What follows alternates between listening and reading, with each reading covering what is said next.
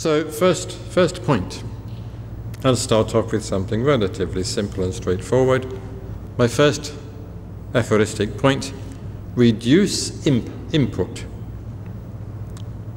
No, that's nothing to do with, computers. I don't know anything about computers. Reduce input. I mean, it often strikes me that we're subject to an enormous input through our senses and through our mind. So much impinges on us. I mean, every day, even every hour. Just first of all, people impinge on us. Not just the people with whom we're in close contact, but people whom we just pass in the street, people whom we see on the tube, people we see in casual ways. They all do have an effect on us. We're not altogether unaware of their existence or even of their mental state. You can sit in the tube, for instance, and you can become very aware of the fact that the people sitting next to you and near you and in the same carriage are in all sorts of sometimes quite strange mental states. I mean, I see people talking to themselves or nodding their heads like this. I see people in a sort of stupor. I see people very tired after the day's work, or even very tired before the day's work begins. So one is very aware of people. People are having an effect on one. There's input from people all the time. And then there's traffic, especially if you live in London.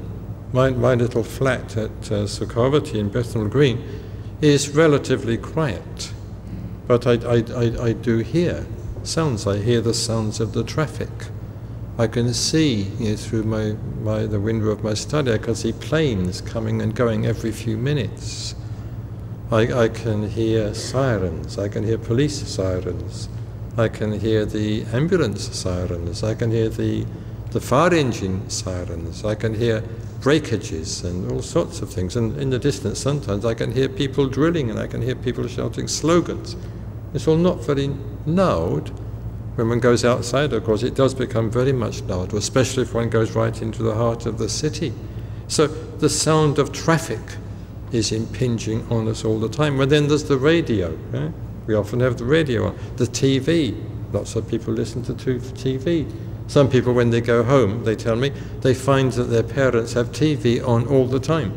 Someone told me recently that, I think, I'm not sure whether it was he or she, but when they went home, their parents had both the TV and the radio on all day, all the time. And then, of course, there's our own reading matter. We sometimes pick up the newspaper. Some of us are regular newspaper readers. So facts from the newspapers impinge on us all the time. So we're being impinged on in this way, and very often we're not conscious of it. It registers subliminally, and it does affect us all the time. And I think probably we don't realize the great effect that it has on us. So the point that I'm making first is reduce input. And we may not, of course, be able to shut out all the input much of the time, but we have to be more selective. We have to be very careful what we let in, because so much of what usually gets in has a negative rather than a positive effect on us. And I'm especially thinking of things like not so much radio, but perhaps more TV and more reading matter, and even the sort of contact that we have with our friends. We must make a definite effort to, as it were, be more selective about our input. On the radio, on the TV, you can tune into different channels. So we should apply that sort of principle to everything that we're receiving. We're a sort of receiving station all the time, but we don't have to allow all these different outside factors and influences to play on us all the time without any sort of control or restriction. So reduce input, be more selective, and try to make sure that the factors, the influences that are impinging on you are positive rather than negative. And of course, one of the best ways in which we can do this from time to time is by going on solitary retreat. When we go on solitary retreat, we reduce input drastically. So when we go on solitary retreat, be very careful that we don't take too many things away with us, not too many books, preferably Dharma books. And don't go away to a retreat cottage or whatever it is where you might find a TV set or even a radio. Be very careful about that, because these things are very tempting, very seductive. And I did read somewhere, some time ago, about an older member who went on retreat, and he wrote to me, I think it was, and he said, well, yes, when I was on my solitary retreat, I didn't listen to too much TV. Yeah? I didn't watch too much TV, because there was a TV set, and he seemed to think it, not an unusual or unacceptable thing to spend at least an hour or two every day, or 2 or 3 hours a day, just watching TV. Maybe for him it did represent a reduction of input, even a drastic reduction of input.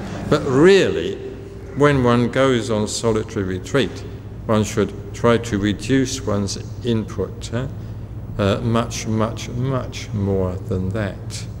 Have no contact with people, no contact with the outside world at all, as far as is possible.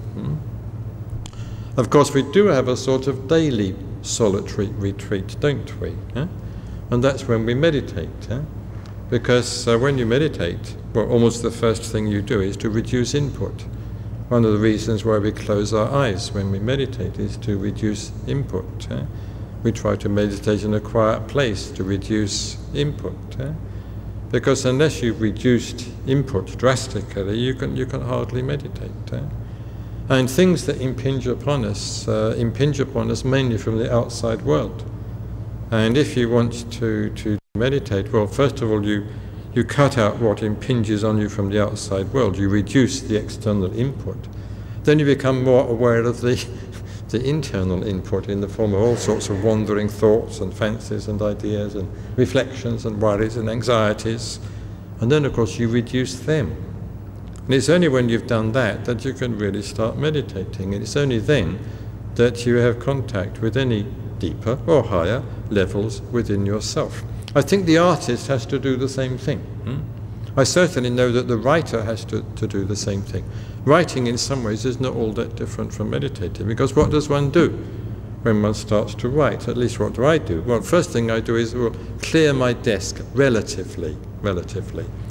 Put all the unanswered letters on this side, and all the unanswered queries, letters on that side. Have at least a space, and forget about everything for a few hours, and just concentrate on what I'm writing or trying to write. And then there's some possibility of some creative impulse emerging, but you must reduce your input. So this is my first point, a relatively simple, relatively straightforward one, not always very easy in practice. So reduce input.